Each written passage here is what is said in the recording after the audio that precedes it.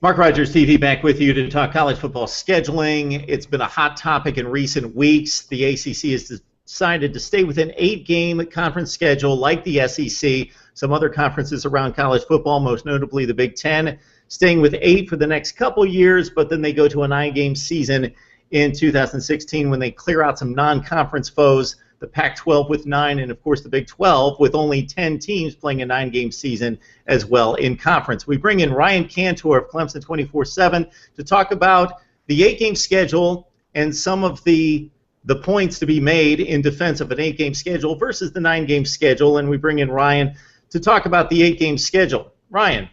Right. So first of all, let me premise this with this.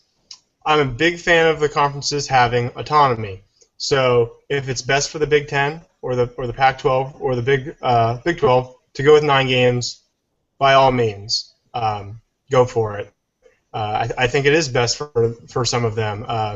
But in the case of the ACC and SEC, I think staying with 8 games was an outstanding decision by their respective commissioners. Here's a few of the reasons why. So the ACC and SEC footprints overlap. For example, South Carolina, right next door to Clemson, different conferences, but they play each other every year. And because of those rivalries, Georgia Tech, another example, Florida State, they already have a built-in non-conference game. So if they were to play 9 conference games, essentially their whole schedule would more or less be full, because you would have, if you're an ACC team, one year you would play 5 ACC road games. The next year you'd only play 4. However, that 5th road game would already be taken with a trip to Florida or a trip to South Carolina or Georgia or Kentucky or whatever it may be. So if you have a permanent rival, you would really have no flexibility. Then for the ACC teams, add on top of that Notre Dame. So now, let's say you're Clemson. You play 5 road games one year. The next year, you play 4 road games in the conference. You also play at South Carolina, and then you're already playing Notre Dame. So that's already almost your entire schedule locked up. Add on top of that a lot of these public schools, it's very important. They serve their state. They really need to be playing one FCS school in state. I know Clemson plays Furman or South Carolina State or the Citadel annually, and that's something that is important to the state. So when you consider those things, it was really unfair for those schools to be locked into that situation. So that's why it was best for them. It may not be best for everyone, but I think the ACC and SEC made the right decision. And definitely, Ryan, you're bringing the financial aspect into it, and that's the real world of college football here in 2014. I'm strictly looking at the competitive balance and the equity within the conference in regarding determining a champion in the fairest way. So the best way to do that is obvious. Everybody plays everybody. But we've just had way too much expansion for that, and now we've got 14-team conferences all over the place, and they can't all play each other. The Big 12 actually has it right, in my opinion, with a 10-team league, everybody playing each other, and you've got a 9-game conference season, everybody played everyone, so nobody has a gripe about scheduling. Everyone played each other, and you've got a clear-cut champion, because if you have a first-place tie, the tiebreaker is the game on the field between those two teams. My defense also for a 9-game season is, again, we can't all play because the conferences have expanded too much, but it gets us 1 game closer to having played everyone. So right now in the SEC and the Big Ten for a couple more years and the ACC, you've got 13 other teams in the league. So if you're Clemson, then you've got 13 other teams in the league, and you're only playing 8, meaning you're missing 5 games. You're missing 5 opponents in the league, and we know what the situation will be going ahead, going forward in regards to not playing teams within your own conference for years and years and years and years. And I guess the best example I can come up with in regards to the inequity of this situation is let's look at Alabama and LSU, who routinely compete for the SEC Western Division Championship. Last season, Alabama and LSU, of course, played division opponents, so 6 of their 8 conference games were exactly the same.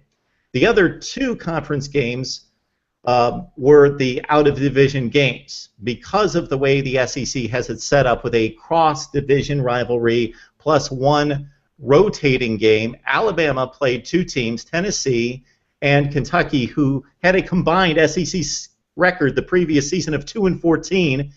LSU played Florida and Georgia, who the previous season were 14-2. So it's obviously not fair to have a 2-game discrepancy in conference schedules, and for one team to be playing 2 teams that were 14-2 the previous season, and the other team to be playing 2 teams that were 2-14. So my proposal would be for there to be a formula play that would somewhat balance out the schedule, and you can't be a predictor of how good the teams are going to be the next season. You can only go back the previous season and see the results and try to make the schedule as balanced and fair as possible. So in the case of the ACC and the SEC, you've got the cross-division rivalries. I know a lot of those are long-standing traditions. I don't want to break up college football tradition. It means everything in this sport. What you have is you continue the cross-division rivals, and then you've got 2 other non-division games. And, for example, if you finish first in a division in the ACC, then you would play the first-place team in the other division the next season, and the last-place team. The second-place team would play the second-place team of the other division, and the next to last-place team in the other division. And I guarantee that if you added up the composite records of those conference games the previous season, they would be very even that next season. Right. Okay. I think that's those are some very, very reasonable concerns, and I don't want to seem like they're not. But oftentimes the problem is overregulation by the large governing body, and that's the case here. The NCAA has a regulation, has a rule that conferences must have separate divisions and must have 12 teams, and then the division winners have to play each other. That's their rule, and it's been forced upon the ACC and obviously the SEC and the other divisions. And what that causes is these very unbalanced schedules like you talked about. I think rather than adding another conference game, I think there's a great solution, and that's more autonomy for the conferences. ACC Commissioner John Swofford's already said he would like the opportunity, at least the opportunity, to get rid of divisions. So that would look like Clemson, for example, might have Florida State, Georgia Tech as rivals. Maybe they have 3 rivals and NC State's one. However they decide to do it. But the rest of the conference schedule, so the other 6 games in the conference, would be, that's if they had 2 rivals, the other 6 games in conference would rotate. And so they would be more balanced. You would play a greater variety of teams. And the other thing I'd like to add about a 9th conference game, yeah, if you're Clemson, it is nice to play Miami or UNC. That is a team that I think Clemson fans would prefer to play more often. But given the choice, I think Clemson-Georgia is much more important. Just because they're not in the conference doesn't mean that's not true. I think Clemson-Auburn is more important. I think everyone would agree that that's a much more important game than Clemson-North Carolina or Clemson-Pittsburgh. I think that's a very reasonable stance. And I think one other thing to point out, I think you made a great point about playing other teams, and I think that's how you get a deserving champion. When you only play a very small subset, I definitely agree that that can lead to a less than deserving champion. I think an even bigger obstacle is these unbalanced divisions. Last year we saw Florida State play Duke.